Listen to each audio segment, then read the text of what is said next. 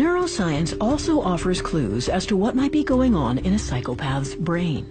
At the University of Wisconsin, Dr. Mike Koenigs uses an MRI scanner to compare the brains of normal subjects with those of psychopaths in prison. So there's a specific circuit very deep in the brain that is responsive to essentially anything that we find innately pleasurable. So things like money, drugs, sex, chocolate. When you look at a psychopathic brain's response to reward, what we find is that the more psychopathic the individual is, the stronger that this area of the brain lights up to reward, called the amygdala, primary sort of fear center of the brain. And another circuit of the brain that we know to be responsible for empathy, for the regulation of emotion, for motivating pro-social behavior, for regulating our moral judgments, we also see some degraded connections in that circuit of the brain.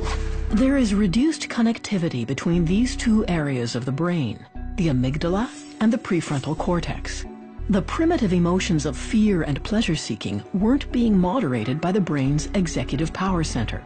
You have brains that seem to be hypersensitive to reward, brains that seem to be undersensitive to the suffering of others. This is the picture of psychopathy, right? So this is a brain of someone who is very